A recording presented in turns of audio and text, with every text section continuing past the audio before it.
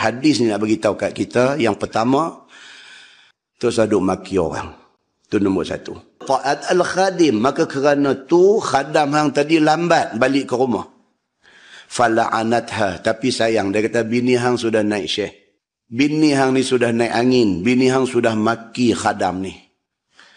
Wasami'tu Rasulullah sallallahu alaihi wasallam yaqul, sedangkan aku pernah dengar Nabi sallallahu alaihi wasallam bersabda, Nabi kata, innal la'nah ila man wujjihat ilaihi fa in asabat alaihi sabila aw wajadat fihi maslaka.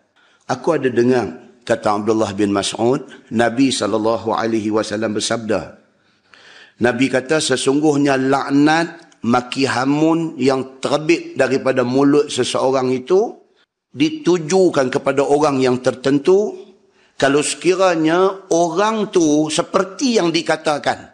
Laknat tu kena dia. Kalau kita maki satu orang, orang tu macam yang kita maki, elok-elok benda tu pergi jatuh hati kepala dia. Nabi kata, wa illa qalat ya rabbi wujjihtu ila fulan falam ajid alaihi sabila walam ajid fihi maslaka. Kalau tidak, Nabi kata, kita maki satu orang, kita kata dekat dia, hang ni apa, kita kata satu benda tak elok ke dia, kata-kata kita tu tak kena dengan orang hak kita kata, macam yang kita kata tu tak ada ke orang tu. Perkataan tu terbit dah daripada mulut kita, dia keluar, dia nak pergi cari orang yang kena kata tu. Bila dia pi, perkataan laknat, perkataan maki ni, bila dia pi, dia nak singgah dekat kawan yang kata tu, orang tu tak macam yang dia kata.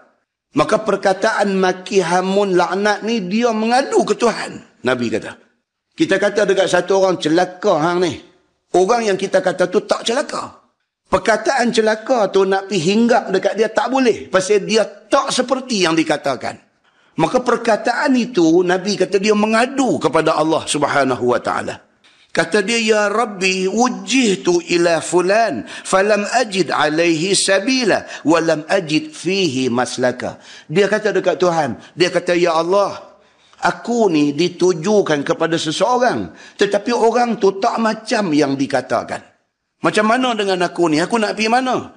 Aku dah keluar daripada mulut kawan yang kata, tapi aku tak boleh pi ke orang yang kena kata. Macam mana dengan aku ni? Fayuqalu laha, Allah kata dekat dia, irji'i min haitsu ji'ti. Tuhan kata, kalau macam tu, hang patah balik, pi makan balik kawan hak kata tadi. Kita kata dekat satu orang celaka, tiba-tiba dia tidak celaka macam yang kita kata. Perkataan tu, dia bidah balik mai ke kita. Dia patah balik tu atas perintah siapa? Atas perintah Allah subhanahu wa ta'ala. Fakhashitu an takuna al-khadim ma'zurah. Abdullah bin Mas'ud kata, wahai Abu Umair, aku takut.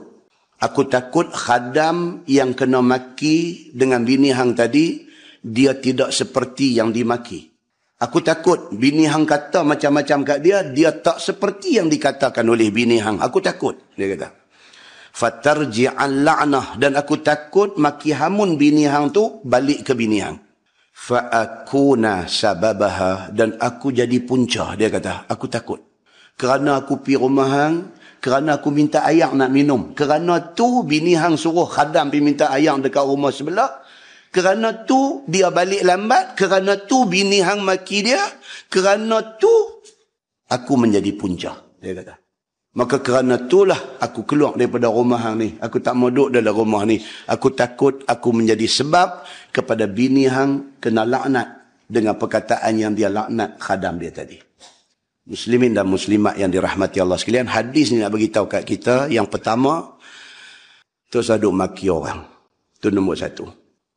Terus duk maki orang. Kita pun bukan bagus sangat yang kita nak maki orang ni. Jangan maki orang. Yang kedua, hadis ni nak beritahu dekat kita bahawa tersilap maki, makan diri. Tersilap kita maki, makan diri. Dan yang ketiga, hadis ni nak beritahu dekat kita tentang sifat sahabat Nabi. Sahabat Nabi ni dia sampai macam tu. Dia takut dia jadi punca orang berdosa. Dia takut. Dia memang nak lari daripada dosa. Kalau orang berdosa kerana dia pun, dia takut. Mulianya peribadi para sahabat Nabi. ridwanullah alaihim ajma'in.